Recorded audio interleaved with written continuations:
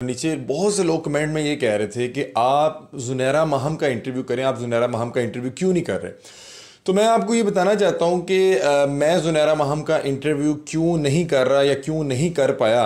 और दूसरा, आज मैं आपसे थोड़ी सी इस बारे में बात करूँगा कि ज़ुनैरा महम को आखिर तनकीद का निशाना क्यों बनाया जा रहा है।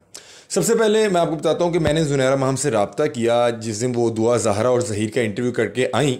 उन्होंने मेरे से पूछा कि आप कौन से चैनल से हैं, तो मैं सवाल पूछे जाने चाहिए थे कि बेटा ऐसा क्या हुआ कि एक 14 साल बच्ची को या 15 साल या 16-17 साल की भी थी, उसको क्या वजह या क्या ज़रूरत पेश आई कि वो एकदम अचानक से भागी। क्या तुम्हारी अगले दिन शादी होने वाली थी। अस्सलाम वालेकुम नाज़रीन, मैं हूं आपका मेज़बान अली हमज़ा और आप देख रहे हैं मेरा यूट्यूब चैनल। सबसे पहले आप तमाम हज़रात का बहुत बहुत शुक्रिया जिस तरह से आप लोगों ने मुझे सपोर्ट किया। और मैं आप तमाम लोगों के कमेंट बड़े ही शौक़ से पढ़ता हूं और तमाम कमेंट्स पढ़ता हूं, लेकिन हर एक को फ़र्दन जवाब देना बड़ा मुश्किल हो जाता है। तो मैं कमेंट सेक्शन में देख रहा था, मैंने जहाँ जहाँ भी इंटरव्यू किया मुख्तलिफ चैनल्स पर, नीचे बहुत से लोग कमेंट में ये कह रहे थे कि आप ज़ुनैरा महम का इंटरव्यू करें, आप ज़ुनैरा महम का इंटरव्यू क्यों नहीं कर रहे। तो मैं आपको ये बताना चाहता हूँ कि मैं ज़ुनैरा महम का इंटरव्यू क्यों नहीं कर रहा या क्यों नहीं कर पाया। और दूसरा, आज मैं आपसे थोड़ी सी इस बारे में बात करूँगा कि ज़ुनैरा महम को आखिर तनकीद का निशाना क्यों बनाया जा रहा है। सबसे पहले मैं आपको बताता हूँ कि मैंने ज़ुनैरा महम से रब्ता किया जिस दिन वो दुआ ज़हरा और ज़हीर का इंटरव्यू करके आई। उन्होंने मेरे से पूछा कि आप कौन से चैनल से हैं, तो मैंने उनको बताया जिन चैनल्स पर मैं काम करता हूँ। तो उन्होंने मुझे ये कहकर इंटरव्यू देने से इनकार कर दिया कि मेरी कुछ तबीयत ठीक नहीं है और मैं मेकअप करने के मूड में नहीं हूँ। तो उसके बाद हमारे एक सीनियर हैं, उनसे मैंने इनको रिक्वेस्ट करवाई और इन्होंने मुझे बहरहाल टाइम दिया अगले दिन दोपहर में कि आप कल आ जाइएगा और मैं आपको बहरहाल इंटरव्यू दे दूँगी। लेकिन उसके बाद हुआ कुछ यूँ कि अगले दिन मैं बड़ी तैयारी में बैठा हुआ था। रात यकीन माने मैं सो नहीं पाया। मैं ये सोचता रहा कि ये कहेंगी तो मैं आगे से काउंटर ये जवाब दूंगा, ये कहेंगी तो मैं ये आगे से कहूँगा। लेकिन अगले दिन जब मैं जो इन्होंने टाइम दिया था उस पर इनसे रब्ता किया तो इन्होंने ना मुझे स्ट्रेट फॉरवर्ड ही इनकार कर दिया कि भाई मैं इंटरव्यू नहीं दे रही।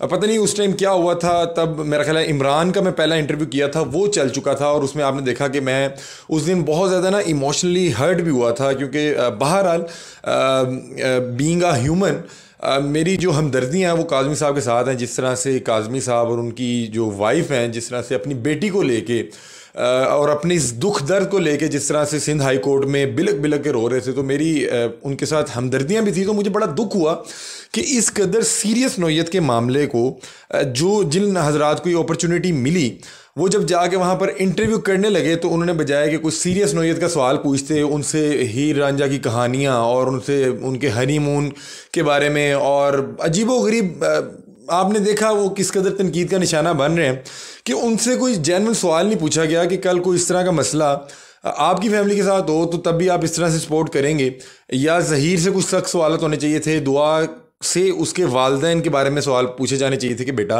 ऐसा क्या हुआ कि एक 14 साल बच्ची को या 15 साल या 16-17 साल की भी थी, उसको क्या वजह या क्या ज़रूरत पेश आई कि वो एकदम अचानक से भागी। क्या तुम्हारी अगले दिन शादी होने वाली थी।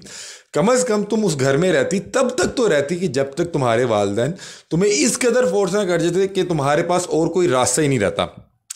तो ये कहानी थी कि ज़ुनैरा महम ने बहरहाल मुझे एक बार टाइम दिया था, लेकिन उसके बाद उन्होंने इंटरव्यू देने से इनकार कर दिया। मैं बाहर हाँ इनसे रब्ता करने की कोशिश करता रहा। मुझे नहीं पता कि क्या मामला है। ज़हीर नहीं इंटरव्यू देना चाहता, मीडिया पे नहीं आना चाहता, दुआ नहीं देना चाहती, जो लोग इनके मौक़िफ़ को सपोर्ट कर रहे हैं वो इंटरव्यू नहीं देना चाहते, और जो इन लोगों का इंटरव्यू करके आए वो भी इंटरव्यू नहीं देना चाहते, और ज़हीर की फैमिली भी इंटरव्यू नहीं देना चाह रही। पता नहीं ऐसा इस फैमिली में क्या है कि कोई भी जो भी इनके साथ जुड़ता है वो मीडिया से बातचीत नहीं करना चाहता।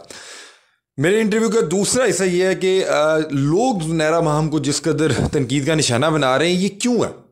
देखें, ज़ुनैरा महम जिस तरह से एक लड़की को घर से भागने और अपने वालिदैन को इस तरह से रुस्वा करने को जिस तरह से सपोर्ट कर रही हैं, यकीन माने कई बार मुझे दुख होता है कि वो बाकायदा जो दुआ के पेरेंट्स हैं उनका करैक्टर असैसिनेशन कर रही है कि जी मेहदी साहब ने भी घर से भाग के शादी की।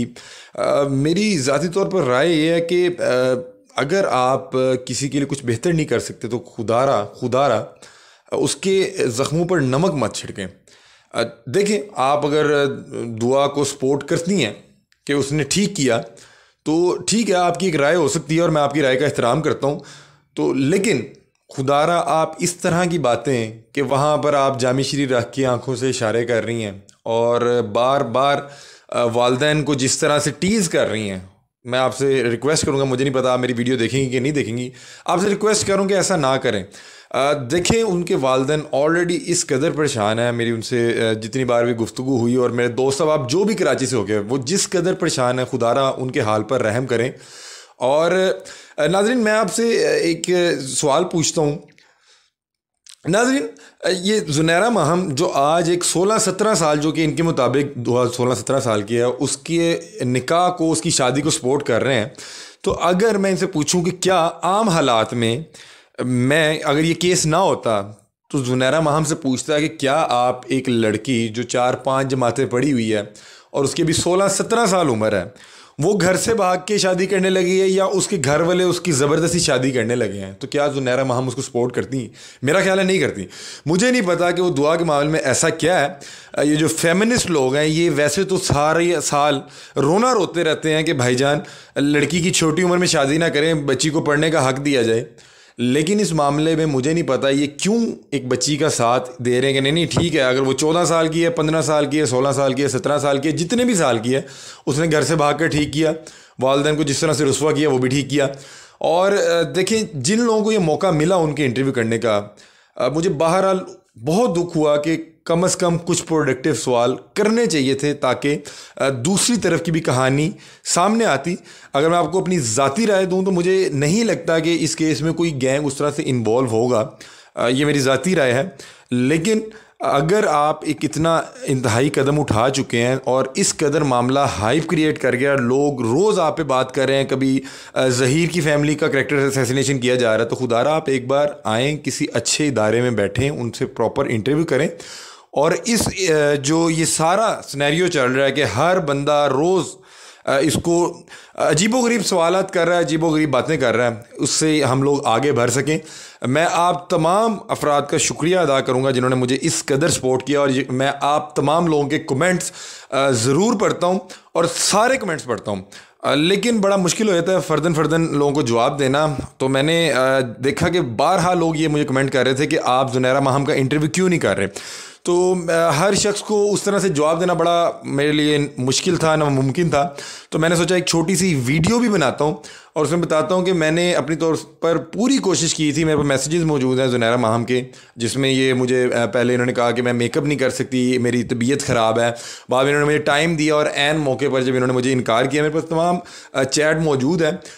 और सेकंड, मैं आपसे लास्ट में एक रिक्वेस्ट ये करूँगा, नाज़रीन, आपका किसी से भी कोई भी इख्तिलाफ राय हो सकता है और होना भी चाहिए, लेकिन आपसे ज़ाती तौर पे मैं एक रिक्वेस्ट ये करूँगा कि काइंडली किसी भी शख्स को, वो कोई भी हो, वो ज़ुनैरा महम हो, मेहदी साहब हो, दुआ ज़हरा हो, ज़हीर की फैमिली हो, और कोई भी शख्स हो, उसको मेरा ख़्याल है कि गाली देना ये बड़ी एक अच्छी हरकत नहीं है। बहरहाल आपको अगर जो आपने अल्फाज ज़ुबान से अदा किए हैं, एक दिन इनका हिसाब देना पड़ेगा। आप इख्तिलाफ राय कर सकते हैं कि भाई मैं इसकी राय से इख्तिलाफ करता हूँ, मैं इससे मुत्तफिक नहीं हूँ, लेकिन किसी भी शख्स को इस तरह से गाली देना, मैं देख रहा हूँ किस तरह से ज़ुनैरा महम को सोशल मीडिया पर ट्रोल किया जा रहा है, तनकीद की जा रही है, तो इससे बहरहाल गुरेज करना चाहिए। कमेंट सेक्शन में अपनी राय से भी आगाह कीजिएगा। इसके साथ अपने मेज़बान अली हमजा को दीजिए इजाज़त। अल्लाह हाफ़िज़।